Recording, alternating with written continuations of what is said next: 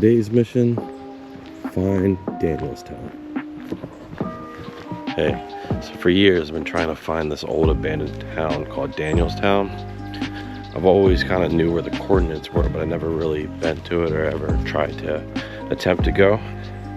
Have the day off, so I'm gonna try to attempt to find the place. Hopefully I run into some cool spots out here. We'll see.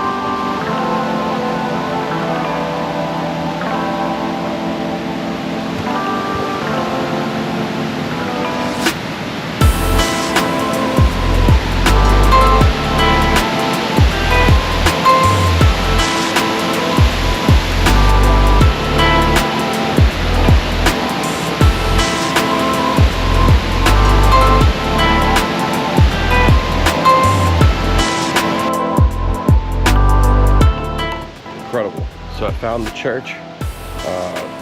Amazing sights, heard a lot about it. It was incredible, very eerie, very haunting, similar to how I felt when I went to Hell House for the first time. But I heard that there's a town on the side of the dam that I want to try to find as well. So I'm gonna look for that now and see what I can find.